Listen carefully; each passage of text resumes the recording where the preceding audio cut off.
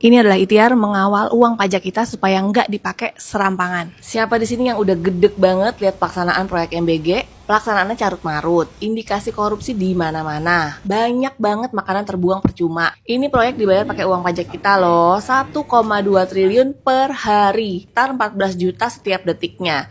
Dipakai serampangan dan untuk memenuhi biaya MBG, maka pendidikan, kesehatan, infrastruktur daerah juga terkena imbasnya. Padahal kalau dipakai untuk program yang terencana dengan baik, terarah, pengawasan ketat, manfaatnya tuh akan lebih terasa. Bener-bener bisa menaikkan kesejahteraan rakyat. Dengan pelaksanaan MBG yang kayak sekarang ini, siapa coba yang paling sejahtera? Terus kita nggak boleh protes dan disuruh bersyukur. Kan lucu. Jadi hari ini Koalisi MBG Watch resmi mengajukan permohonan judicial review terhadap Undang-Undang APBN yang menjadi dasar penganggaran MBG. Langkah hukum ini diambil untuk memastikan bahwa setiap rupiah dari APBN yang dialokasikan untuk rakyat dikelola dengan prinsip keadilan, akuntabilitas, dan bebas dari potensi penyimpangan. Doain ya teman-teman, semoga Hakim MK mendengar suara rakyat. Kalian bisa bantu dukung dengan terus bersuara, follow MBG Watch buat update-nya, bisa juga isi petisi dan lengkapi juga temuan-temuan ajaib di lapangan. Semuanya ada di bio-nya MBG Watch ya. Mari kawal proses ini dan jangan lupa share ke teman-teman kalian. Pak Dadan, itu kaos kaki yang awalnya harga 100.000 kan Anda klarifikasi jadi 54-56.000. Tapi tetap aja Pak, buat apa harga segitu Pak? Kita aja nih masyarakat kadang-kadang beli kaos kaki nih 10.000 3, 15.000 6 Pak. Itu 54.000, 56.000 buat apa? Ngerti efisiensi nggak Pak? Maksudnya kan 56.000 kan mending naikin tingkat gizi makanannya Pak. Yang nggak penting-penting nggak usah dibeli. Kayak orang kaya baru punya duit semua dibeli. Kocak. 8 kealpaan pemerintahan Prabowo. Barisan Oposisi Indonesia merangkaikan 8 kealpaan pemerintahan Prabowo. 01. Pelanggaran konstitusi dan undang-undang. Ini terjadi sejak awal pencalonan capres-cawapres yang memunculkan anak haram konstitusi hingga pengangkatan Tedri Indrawijaya sebagai seskap.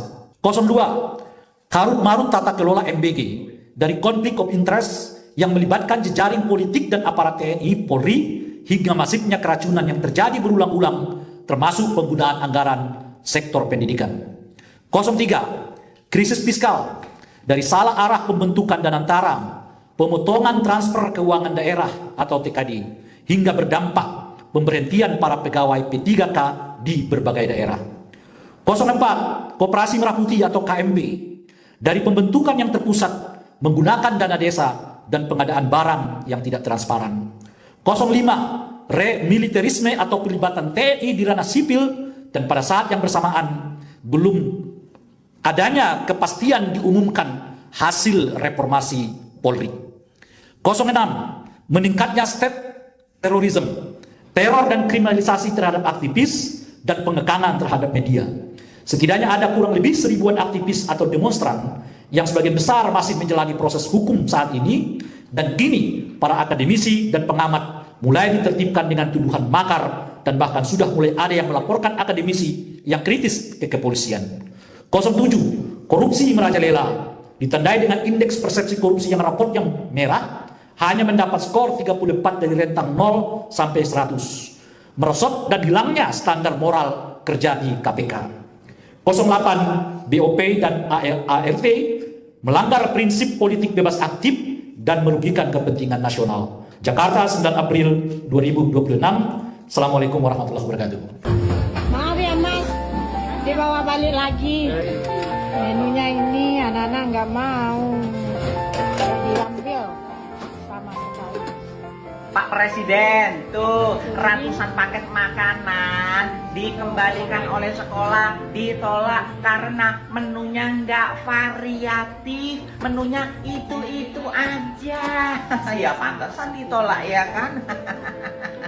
Jadi Pak Presiden, banyak sekolah yang menolak makanan-makanan dari MBG. Banyak faktornya, ada yang basi, ada yang menunya nggak sesuai, ada menunya nggak enak. Terus makanannya juga dipandang itu nggak menarik. Banyak faktor. Kenapa itu terjadi? Karena mereka rata-rata makanannya udah enak-enak, sudah sering merasakan makanan yang lezat, makanan yang nikmat, makanan yang menarik gitu. Jadi apa pelajaran yang bisa diambil? Yaitu makan bergizi gratis itu difokuskan kepada anak-anak yang memang kurang bergizi, anak-anak miskin yang jarang makan.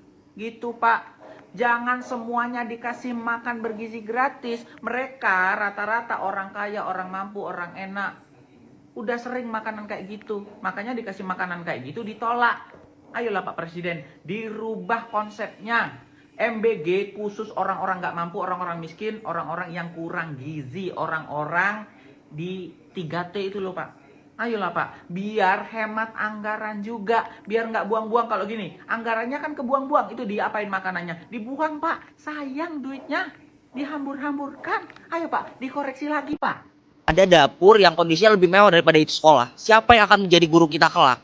Jika ribuan bahkan sampai jutaan guru kita hilang begitu saja karena masuknya MBG ke dalam anggaran pendidikan. Keterangan dari Presiden dan DPR. Tadi kami mendengarkan langsung berdasarkan keterangan yang disampaikan baik itu oleh Presiden maupun DPR, ini ada terjadi problem regulasi dan juga problem implementasi di lapangan terkait penyelenggaraan program makan bergizi gratis. Nah, terkait adanya norma pasal 31 ayat 4 dalam Undang-Undang Dasar 1945 itu mencirikan adanya kultur negara HAM, yaitu terkait realisasi progresif terkait hak atas pendidikan, mewujudkan pendidikan gratis baik itu di tingkat dasar dan juga menengah.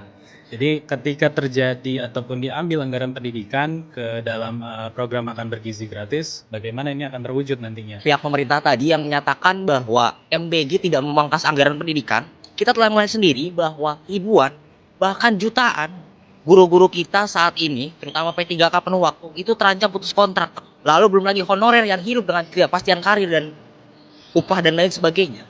Sehingga di sini sudah sangat jelas bahwa MBG memang mengurangi anggaran pendidikan, dan saya rasa pemerintah tidak bisa membantah lagi hal itu.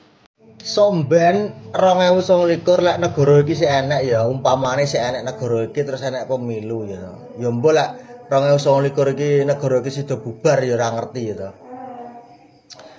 Lek enek Prabowo nyalon neh aja gelem milih. Tenan aja gelem milih, aja mbok pilih tenan.